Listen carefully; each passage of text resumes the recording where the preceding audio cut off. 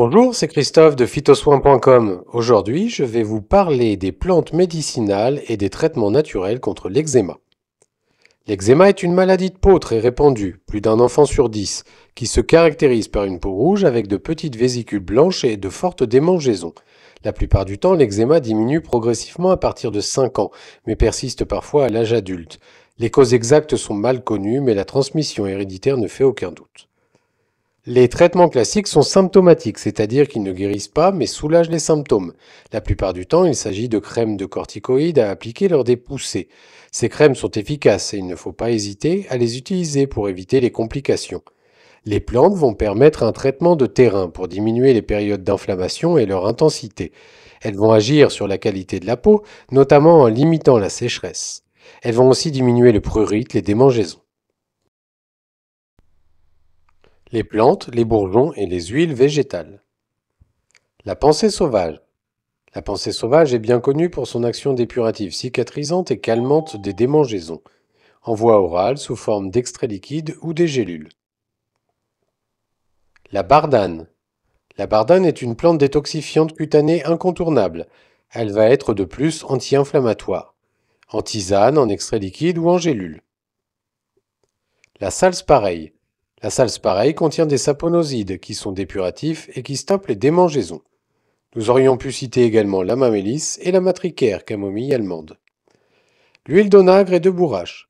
Ces huiles végétales que l'on trouve en capsule pour plus de facilité sont riches en acides gras essentiels, notamment l'acide gamma-linolénique et l'acide linoléique qui aident à l'hydratation de la peau. Le bourgeon d'orme. C'est un grand drainant cutané, parfait pour un eczéma suintant. Pour un eczéma sec, le bourgeon de cèdre est efficace. On peut les associer et même rajouter le cassis s'il y a en plus des allergies. L'huile d'amande douce. Localement, l'huile d'amande douce remplace toutes les crèmes du monde. Elle va laisser un film lipidique sur la peau qui va maintenir l'hydratation. On l'utilise seul en entretien, mais on peut rajouter de l'huile essentielle de lavande et ou de menthe poivrée en cas de poussée, dès 5-6 ans. Préparation naturelle et efficace. Les préparations dépuratives cutanées. Plusieurs préparations qui contiennent les plantes citées peuvent avoir une action de fond sur la peau pour lui permettre de rester plus hydratée, plus souple et moins réactive. Le phytogème peau, une synergie de bourgeons dont le cèdre et l'orme. Le dépuratif système cutané, très efficace, notamment quand il y a tendance à la surinfection. Et le LAPHT peau que l'on destine aux plus petits à partir de 2-3 ans. Le changement de terrain. Le changement de terrain est indispensable pour lutter contre l'eczéma. Les compléments alimentaires suivants vont permettre d'apporter les oligoéléments et les acides gras indispensables à la peau. Riche en sélénium, zinc et vitamines du groupe B, la levure de bière est un incontournable. Les capsules d'onagre et de bourrage dont nous avons déjà parlé, et les oméga 3, 6 et 9 apportés par les graines de chia. Ces trois compléments alimentaires peuvent être ouverts pour les plus petits. Nous allons nous attarder sur les probiotiques, car de nombreuses études montrent un intérêt pour ces bactéries qui peuplent naturellement nos intestins. Les probiotiques vont moduler la réponse immunitaire et éviter la surréaction de la peau. Des études ont même montré qu'une femme enceinte, dont l'enfant sera à risque d'allergie et d'eczéma parce qu'un ou les deux parents en a souffert, a tout intérêt à prendre des probiotiques. En effet, l'enfant aura un risque divisé par 2 de souffrir d'eczéma, voire par 3 si la prise de probiotiques est prolongée les 6 premiers mois de sa vie et que la maman allaite. Encore quelques conseils. Un changement de terrain permet de diminuer la fréquence et l'intensité des poussées d'eczéma. Les produits laitiers sont susceptibles d'aggraver l'eczéma, selon certains naturopathes.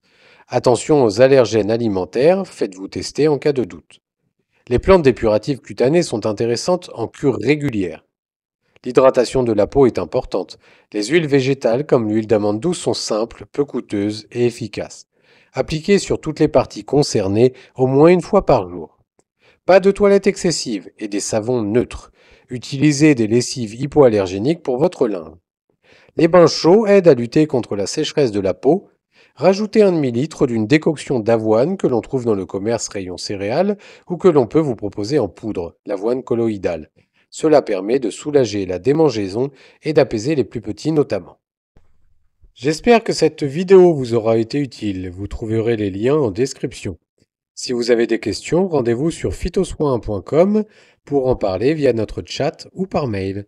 Merci pour vos petits pouces et abonnez-vous pour rester informé sur les plantes et les traitements naturels. À bientôt!